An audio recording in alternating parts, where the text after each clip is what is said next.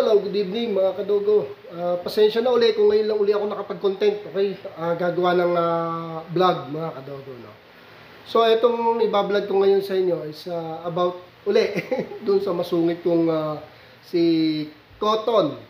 Noong dati kasi si Cotton, kahit nandito sa baba, hindi niya sinusungitan si Maggie. Pero ngayon, ibang klase. Nakakatakot ng pabayaan kay Cotton si Maggie dahil si Maggie, konting ungo lang nilalapa ni Cotton. Si Cotton, ano naman si Cotton kay Maggie, di ba?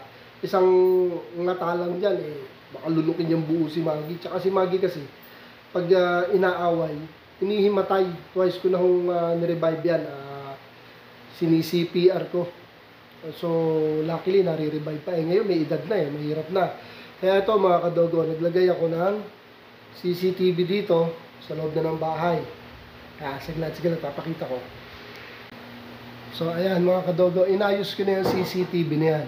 Para kahit anong oras, pwede ko siyang tignan. Kasi nag-iingay naman. Ayun si Cotton, medyo masungit talaga si Cotton mga kadogo. And eto si Maggie. Silang dalawa ang magkasama dito pag gabi. Dahil si Cotton, hindi ko na yung pinapaakyat. Dahil nga, baka totoo na pwede pa uling mabuntis, magtuloy pa yung pagbubuntis. Even nag-discharge siya ng black liquid sa bulba niya. Maaari pa raw mabuntis So, tignan natin. Kasi nung last year nga, nag-dispose siya ng ganyan, hindi natuloy. Wala na talaga. Pero malay natin. Siyempre, wala namang nakakalang, kundi sigad kung matutuloy o anak. Kaya ito, iniingatan ko. Ang problema to si Maggie. Nagsusungit to si Cotton. Masungit talaga ito ngayon. Yan. Natutulog lang. Nagsusungit lang siya.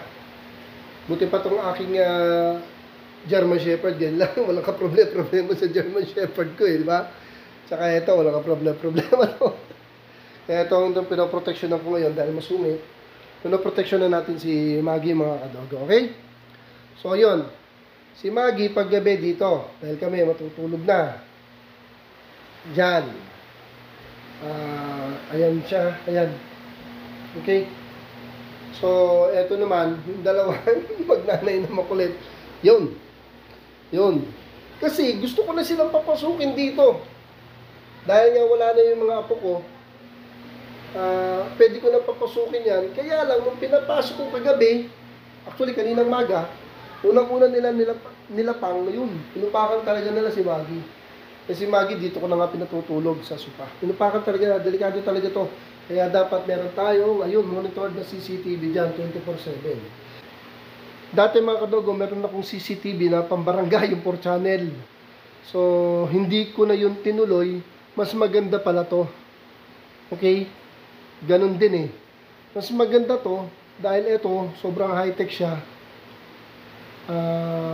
Ang linaw-linaw, merong night vision, tapos pwede mo siyang iset ng motion detection.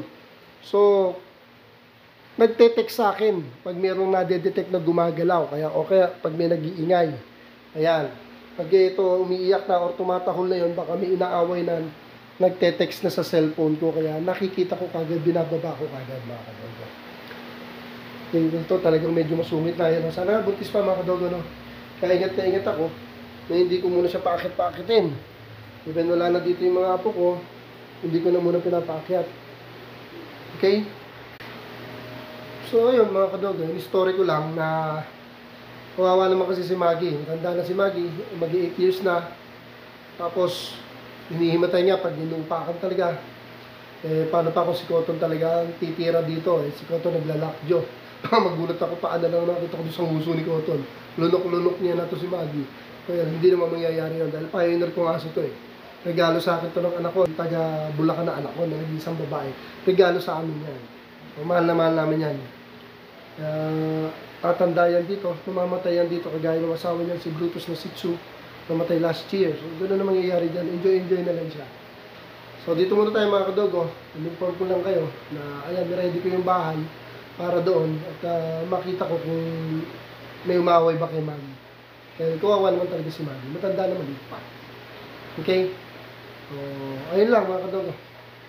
Katapos ko lang gumawa at nagpintura ako ng kwarto. Kaya ito, papahinga na muna tayo. At nag-set up lang ako ng computer ko. Sinet up ko na. Medyo Inayos-ayos ko lang mga kadogo. So, dito muna mga kadogo ha. Good night and keep watching sa mga vlogs ko at sa mga future topic natin on vlogs. Good night and thank you sa inyo lahat. God bless. Thank you for watching.